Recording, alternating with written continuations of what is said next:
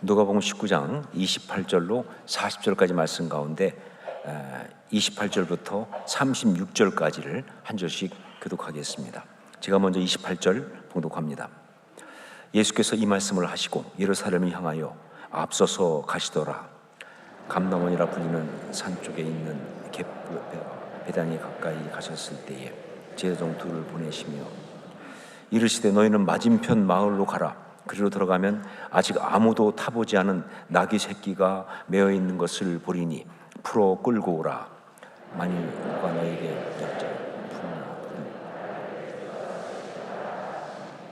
보내심을 받은 자들이 가서 그 말씀하신 대로 만난지라.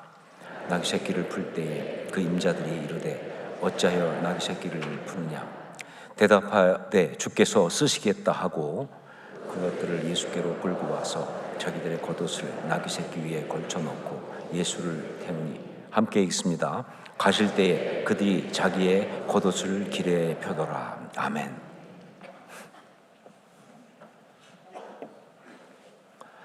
드디어 예수님께서 예루살렘에 입성하게 되었습니다. 자, 그런데 이 예수님의 예루살렘 입성은요, 정말 모두에게 역사적이고 정말 중요한 그러한 순간이었습니다. 우선 그 당시 그 땅에 살던 이스라엘 사람들에게 이것은 대단히 흥분이 되는 그런 것이었다.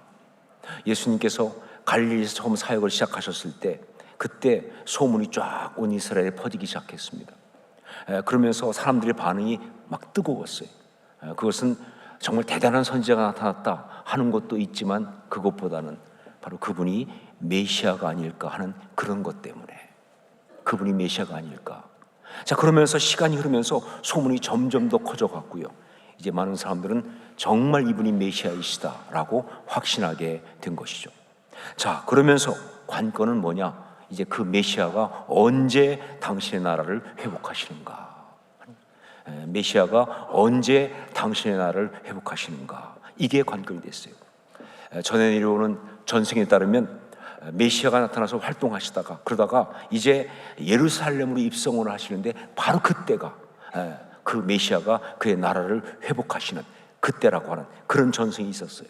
그러다 보니까 예수님께서 이제 갈릴리 및 여러 지방에서 활동하시다가 예루살렘으로 입성하신다고 하는 이것은요, 그냥 단지 명절 되어서 그저 예루살렘 오시는 그게 아니고 바로 메시아의 왕국을 실현하는 그런 의미를 갖기 때문에 사람들이 흥분하기 시작한 거예요. 기대하고 또 기다리고 그렇게 있었던 것이죠. 바로 이런 분위기와 의미를 알기 때문에 예수님의 제자들이 이제 다음과 같은 행동을 합니다. 일종의 이벤트를 한 것이죠. 먼저 우리 36절 말씀을 함께 읽겠습니다. 36절 같이 읽습니다. 가실 때에 그들이 자기의 겉옷을 길에 펴더라. 길에다가 옷을 펴기 시작했어요. 무슨 얘기입니까? 왕으로 입성하신다 그 말입니다. 그냥 명절에 순례 때문에 들어가신다 절대 그렇게 안 하죠. 그런데 왕으로 이제 통치하기 위해서 입성하시기 때문에 그 앞에 주단을 펴듯이 옷을 길에다 펴는 그런 행동을 한 거예요.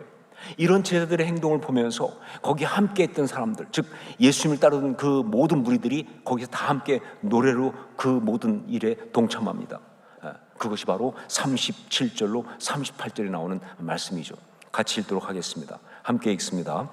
이미 감람산 내리막길에 가까이 오심에 제자의 온 무리가 자기들이 본 바 모든 능한 일로 인하여 기뻐하며 큰 소리로 하나님을 찬양하여 이르되 찬송하리로다. 주의 이름으로 오시는 왕이여 하늘에는 평화요 가장 높은 곳에는 영광이로다 하니. 이것은 시편 118편 26절 말씀에다가 자기들의 고백을 함께 덧붙여 부른 그런 찬양입니다. 시편 118편 26절은요 여호와의 이름으로 오는 자가 복이 있으며 우리가 여호와의 집에서 너희를 축복하였도다 하는 말씀인데요, 이 중에서 이 앞부분 여호와의 이름으로 오는 자가 복이 있으며 라는 그 말씀에다가 뭘 덧붙였느냐? 바로 왕이란 말을 붙인 거예요. 여호와의 이름으로 오시는 왕이여라고. 그리고 그 다음에 이제 뭐예요? 하늘에는 평화요 가장 높은 곳에는 영광이로다. 즉 하나님의 신적 통치를 노래한 그 내용을 덧붙여서 노래를 만든 거예요. 무슨 얘기냐? 메시아이시다 그 말입니다. 메시아로 입성하신다 그 말입니다. 메시아의 입성을 향해 올려드리는 그런 찬양을 부른 것이죠. 자, 이들이 그때 메시아로 모셔드렸다고 하는 것을 볼 수 있는 또 하나 근거는 여기는 안 나오지만 마태복음과 마가복음을 보면요, 그때 사람들이 또 뭐라고 외쳤느냐? 호산나라고 외쳤다는 거예요. 호산나.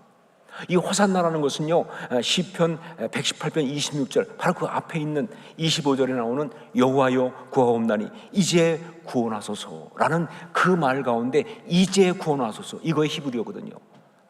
호쉐아 나, 구원하소서 나, 지금 이제. 그러면서 그들은 그 뒤에 뭐까지 붙였느냐? 다윗의 자손일까지 붙이면서, 그러면서 뭐예요? 예, 메시아를 찬양하고 환영하는 그런 노래로 사람들이 불렀다, 그런 것이죠.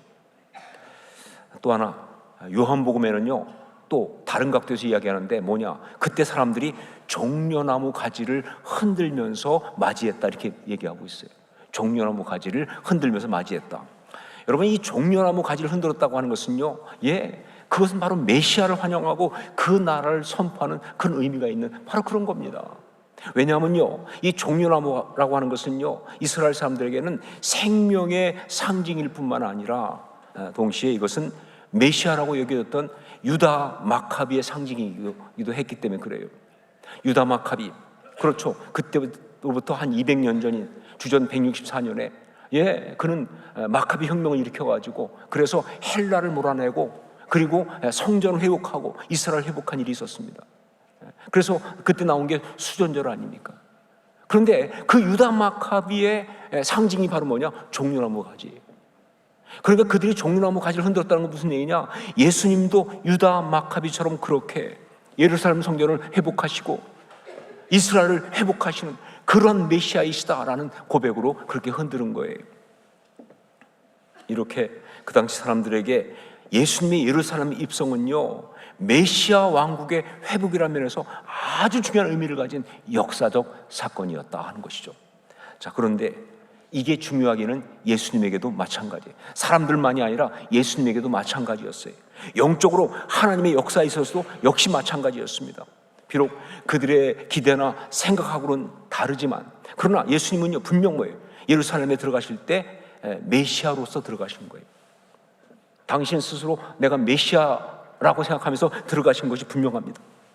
비록 그들이 원하는 그런 나라를 세우러 가시는 건 아니었지만, 그러나 예수님은 역사를 뒤바꿀 갈보리 십자가 그 부활을 통해서 하나님의 나라를 세우기 위해서 지금 들어가시는 거예요. 그러니까 동일한 중요성, 아니 훨씬 더 중요한 의미가 있는 것이죠. 자, 그래서 제자들이나 사람들만 이벤트를 준비한 게 아니에요. 예수님도 당신 스스로 이 메시아 입성에 걸맞는 이벤트를 준비하셨는데, 그런데 이게 언뜻 볼 때는 좀 황당하다 하는 것이죠. 예수님이 스스로 이벤트를 준비하셨는데 이게 언뜻 볼 때는 황당하다. 우리 28절로 30절까지 말씀을 함께 읽겠습니다. 같이 읽습니다. 예수께서 이 말씀을 하시고 예루살렘을 향하여 앞서서 가시더라. 감람원이라 불리는 산 쪽에 있는 벳바게와 베다니에 가까이 가셨을 때에 제자 중 둘을 보내시며 이르시되 너희는 맞은편 마을로 가라. 그리로 들어가면 아직 아무도 타보지 않은 나귀 새끼가 매여 있는 것을 보리니 풀어 끌고 오라. 예수님이 메시아의 행차를 준비시키셨는데, 그런데 말이 아니고 나귀를 준비시켰다는 것, 이게 좀 상당히 당황스럽고 황당한 이야기죠. 왕으로 좀 들어가시는데 그런데 나귀를 타시겠다고 한 거예요. 이거는요, 그 당시로 볼 때는 아주 특이한, 좀 당황스러운 그런 겁니다.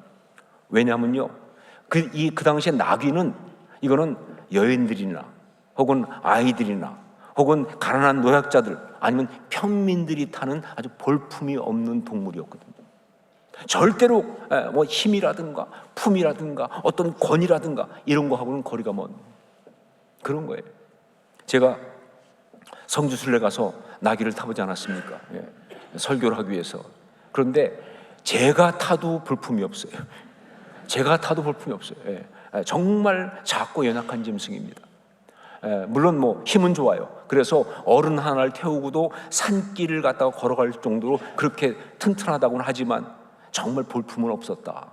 무엇보다 일단 다리가 너무 가늘어. 딱 보면 다리가 너무 가늘어가지고 정말 타기가 미안할 정도예요. 거기에다가 눈이 너무 슬퍼요. 그게 문제야. 정말 눈이 선하게 생겼는데 슬퍼. 하여간 여하튼 간에 그런 짐승이 나귀예요. 그런데 이런 나귀를 타고 예수님께서 왕의 환호성을 받아가면서 그러면서 입성 퍼레이드를 했다? 웃긴다 그런 얘기죠. 그렇죠? 정말 안 어울린다는 거죠. 아니, 왕이라고 하는 그런 환호를 받으며 들어가는데 나귀를 타고 그걸 퍼레이드를 한다? 이건 정말 우스꽝스럽다라고 말할 수밖에 없는 거예요.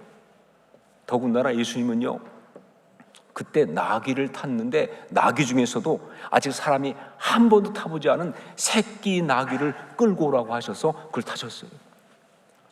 이거 절대로, 그래도 왕이시니까 나귀를 타더라도 아직 사람이 아직 한 번도 타보지 않은 신상을 타셔야겠다, 절대로 아닙니다. 그런 뜻 절대로 아니에요. 또 어떤 주석에 보니까 그렇게 돼 있더라고요. 거룩한 목적으로 사용하는 것은 아직 멍에를 매지 않은 그런 것이어야 하기 때문에 그렇게 하신 것이다. 근데 그것도 틀린 말이죠. 왜냐하면요, 그때 그 주석에서 말하는 그 근거가 되는 것은 민수기나 신명기 말씀인데, 그거는 나귀 얘기가 아니라 암소 얘기예요. 암소나 송아지 이야기지 절대 나귀 얘기가 아니에요. 그러니까 해당이 없어요. 그럼 뭐냐? 왜 나귀의 새끼를 탔느냐? 나귀 중에서도 아주 볼품없고 약한 것을 타셨다, 그 뜻입니다. 여러분, 나귀의 세계에서도요, 경험이 중요합니다. 그러니까 사람을 많이 태워본 나귀는 그래도 나름 여유가 있어요. 그리고 걸을 때 나름 우아하게 걸을 수 있어요. 그런데 초보 나귀, 이건 초보 운전하고 똑같아요. 그냥 걷는 게 비척비척 갈팡질팡 헤맬 수밖에 없다, 그 말입니다. 그러니까 그 나귀를 타면요, 그나마 품이라고는 전혀 없는 거예요. 정말 품이 없는 그런 상태, 그게 바로 새끼 나귀를 탄 거예요. 왜 그러셨을까? 아니, 예수님이 왜 그러셨을까? 예루살렘에 왕으로 입성하시는데 지금 혹시 너무 급하게 준비하다 보니까 어쩔 수 없이 그렇게 된 것이냐? 아니죠. 여러분, 우리가 봤지만 이거 절대 그냥 급하다 보니까 어쩔 수 없이가 아니에요. 처음부터 그 나귀를 콕 찍었잖아요. 뿐만 아니라 그 과정을 보면요, 신적 개입이 있어요. 예언적 역사가 있어요. 가보면 이런 일이 있을 거고, 만난 사람이 이렇게 물으면 이렇게 대답하면 이렇게 줄 것이라고 하는 하나님의 어떤 역사심을 가지고 이거 다 온 거 아니에요. 그러니까 이건 정말 예정된 이야기예요. 준비된 이야기예요. 근데 왜 이렇게 하셨을까? 예수님은 그 중요한 순간에 메시아로서 예루살렘에 입성하시면서 왜 이렇게 어울리지 않는 이벤트를 일부러 하셨을까 하는 거죠. 그것은 바로 스가랴의 예언을 성취하시려고 하셨다. 스가랴의 예언을 성취하시려고 하신 것이다. 우리 스가랴 9장 9절 말씀 함께 읽겠습니다. 같이 읽습니다. 시온에 따라 크게 기뻐할지어다. 예루살렘에 따라 즐거이 부를지어다.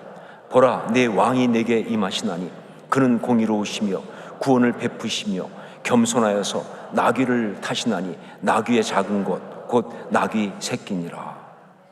스가랴가 정확하게 예언했습니다. 왕이 임하시는데, 메시아가 임하시는데, 그런데 나귀를 타고 입성하신다고, 그것도 나귀의 새끼를 타고, 바로 그 말을 그대로 성취하시려고 이렇게 하신 것이다, 그런 이야기예요. 자, 그런데 여러분, 예수님이 그냥 스가랴 이런 예언이 있으니까 요거를 그대로 성취하기 위해서 그래서만 이렇게 했다고 생각하세요? 그러니까 마치 뭐예요? 어떤 짝 맞추기처럼 구약에 이렇게 나와 있으니까 그걸 그대로 한번 신약에 그대로 재현해서, 예수님이 그대로 재현해서 그렇게 나귀를 타셨느냐, 그 말이에요. 만약 그렇게 생각한다면요, 이것은 흰 양복에 백구들을 신은 부흥사와 다를 바가 없다, 그런 얘기예요. 옛날에 부흥사들 보면요, 항상 흰 양복을 입었습니다. 그건 뭐냐면 천사나 성령의 어떤 두루마기가 흰색이라고 생각해서 그래요. 근데 흰 양복을 입으면 꼭 뭘 신어야 돼요? 백구들을 신어야 합니다. 그리고 머리는 올백으로 넘겨야 돼요. 그 복장이 마치 무슨 거룩한 복장처럼, 웃기지 말라고 하세요. 그냥 성경 가지고 장난친 거죠. 또 거기다가 어떤 사람들은 옛날에 보면요, 기름 붓는다고 그래가지고, 그래서 기름을 붓겨서 식용유를 들고 나오는 사람도 있었어요. 아니, 성경에 나오는 기름 부음이 그 식용유를 말합니까? 아니잖아요, 그렇죠? 예. 그런 것과 똑같은 거 아니냐 그 말이죠. 형태만 흉내를 아니죠. 예수님은 단지 스가랴의 예언을 맞추기 위해서 그렇게 하신 것이 아니고요, 바로 그 예언에 담긴 메시지, 그 뜻을 이루기 위해서 그렇게 하신 거예요. 예, 그 예언에 담긴 그 메시지가 너무 중요해서 이것을 온 예루살렘에 선포하시려고 일부러 그렇게 하신 거예요. 그렇게 이벤트를 만드신 거예요. 그리고 이 말씀을 읽는 우리 모두에게 주실 정말 중요한 말씀이 있어서 바로 그것 때문에 이렇게 어떻게 보면 엉뚱하고 우스꽝스러워 보이는 그런 이벤트를 하신 것이다. 그게 뭐냐?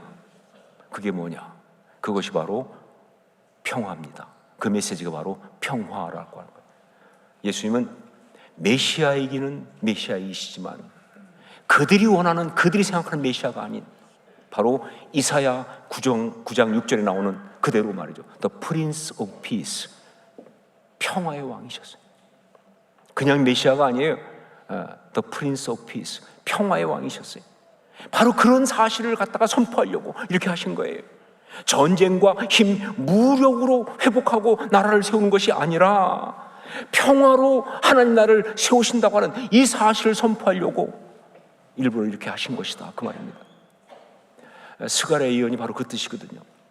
예, 나귀를 타고 입성한다는 그 의미가 뭐냐? 바로 그 뜻이에요. 그래서 그 말씀, 나귀를 타고 입성한다는 그 말씀 다음에 보면 직접적으로 이렇게 말하고 있습니다. 스가랴 9장 10절 함께 읽도록 하겠습니다. 같이 읽습니다. 내가 에브라임의 병거와 예루살렘의 말을 끊겠고 전쟁하는 활도 끊으리니 그가 이방 사람에게 화평을 전할 것이요 그의 통치는 바다에서 바다까지 이르고 유브라데 강에서 땅끝까지 이르리라. 예, 평화로 병거와 말, 전쟁하는 활을 다 끊어버리겠다. 강력한 표현이죠. 평화로 병거와 말, 전쟁하는 활을 다 끊고 오히려 땅끝까지 이르는 하나님의 나라를 세우신다는 그런 예언의 말씀이에요. 그리고 우리는 알고 있죠. 이것이 바로 뭐예요? 갈보리 십자가 그 복음으로 그대로 이루어졌다는 사실을. 예, 그 얘기죠. 그 당시 이스라엘은요, 한마디로 말하면 갈등 그 자체였습니다. 그 나라가 온통 다 진영이 나뉘어가지고 서로 싸우고 죽일 듯이 미워하고 그러는 것이 바로 그 이스라엘이었어요. 한마디로 말하면 분노와 정죄의 나라였어요. 우선 정치적인 갈등이 너무 심했습니다. 로마의 지배를 받으면서 그것을 어떤 정치적으로 어떻게 받을 거냐를 놓고 친로마적이냐 반로마적이냐 해가지고 그냥 견해 차이라든가 입장 차이 정도가 아닌 그야말로 원수가 되어서 서로 죽일 듯이 싸웠어요. 그게 바로 그 당시 사회입니다. 또 사회적인 갈등이 또한 너무 심했습니다. 예, 기득권자와 그리고 소외계층, 가난한 계층 사이에 이 갈등과 분노는요, 그냥 그 사회가 무너질 만큼 심했어요. 기득권자들은요, 자기 것을 갖다가 빼앗길까봐 그래서 분노하면서 그걸 지키려고 했고요.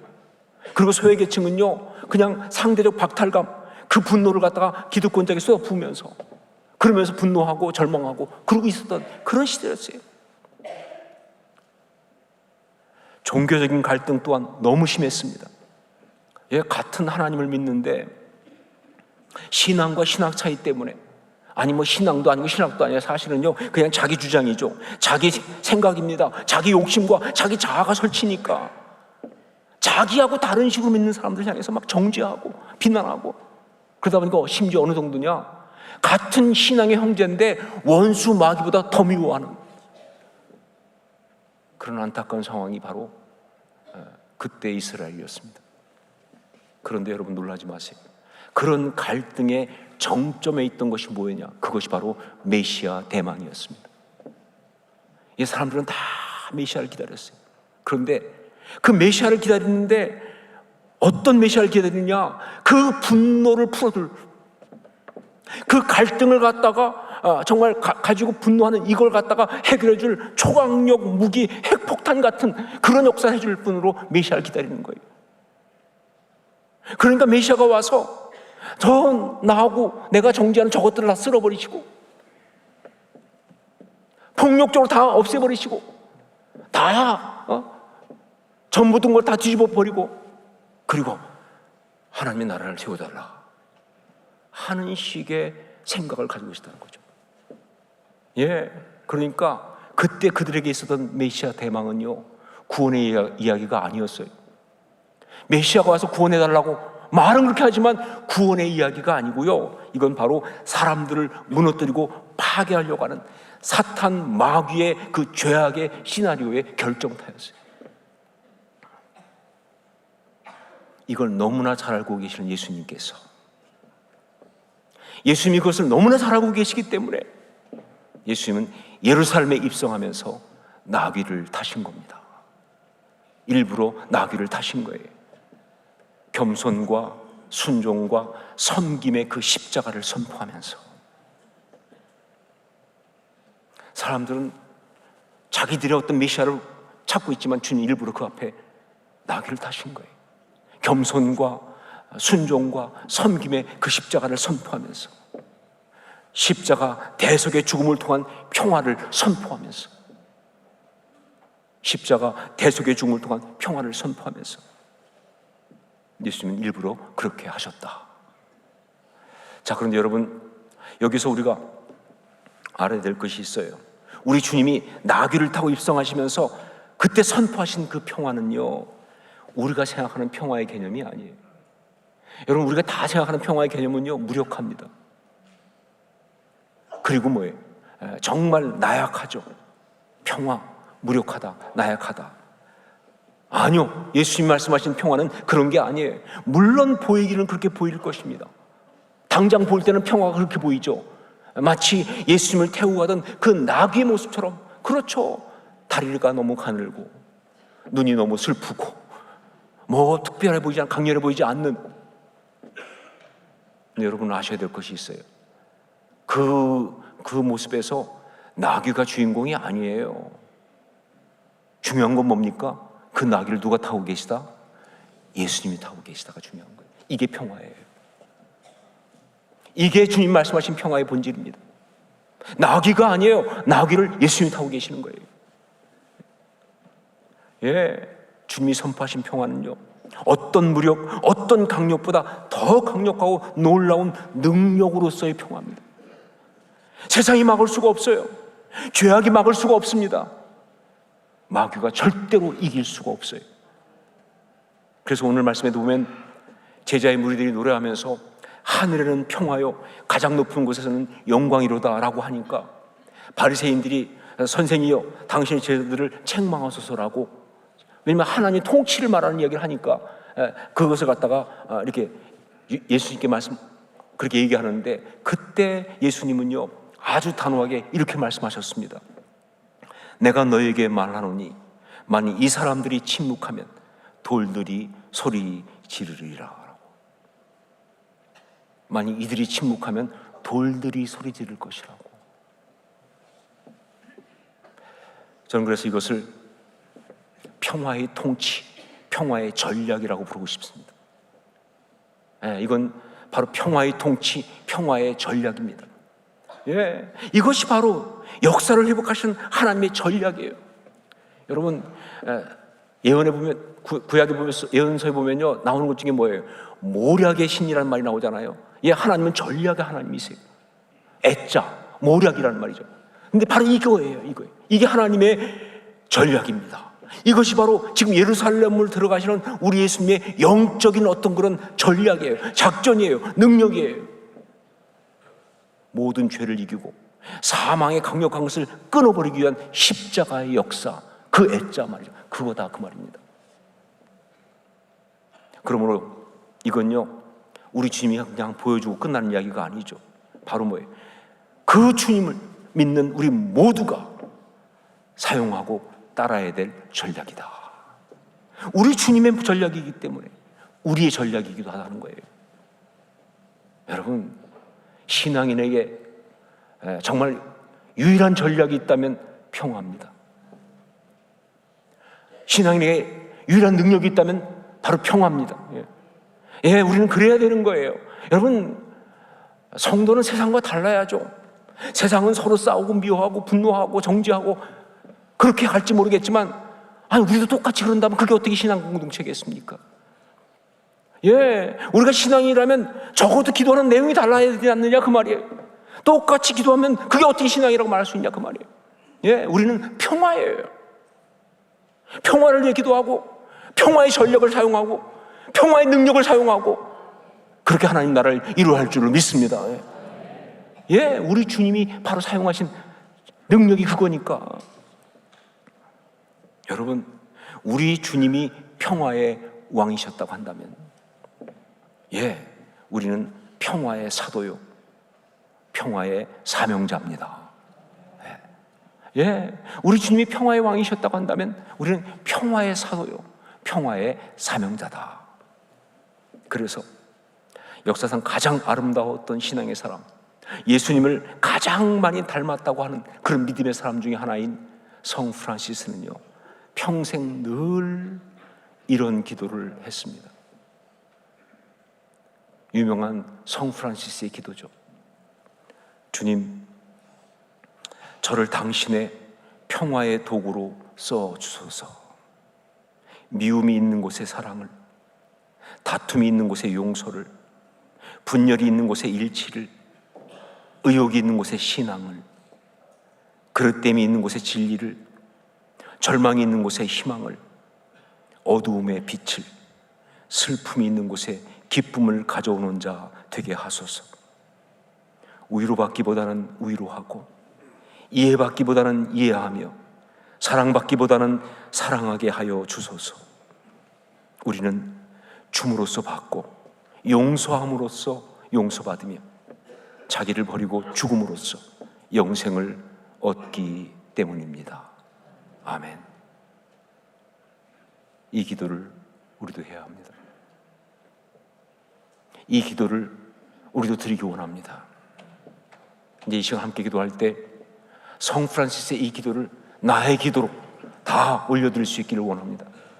예, 기도하면서 정말 성 프란시스의 기도처럼 우리도 우리 입술로 고백하세요. 주님, 나를 평화의 도구로 써주시옵소서. 어느 곳에 있든지 그곳에서 정말 주님의 평화의 도구로 나를 사용하시사 그 평화로 주의 나라 이룰 수 있게 하여 주시옵소서. 모든 죄를 이길 수 있게 하여 주시옵소서. 하나님의 아름다운 역사를 이루게 하여 주시옵소서. 구체적으로 간구하고 고백하면서 함께 통성으로 같이 기도하겠습니다.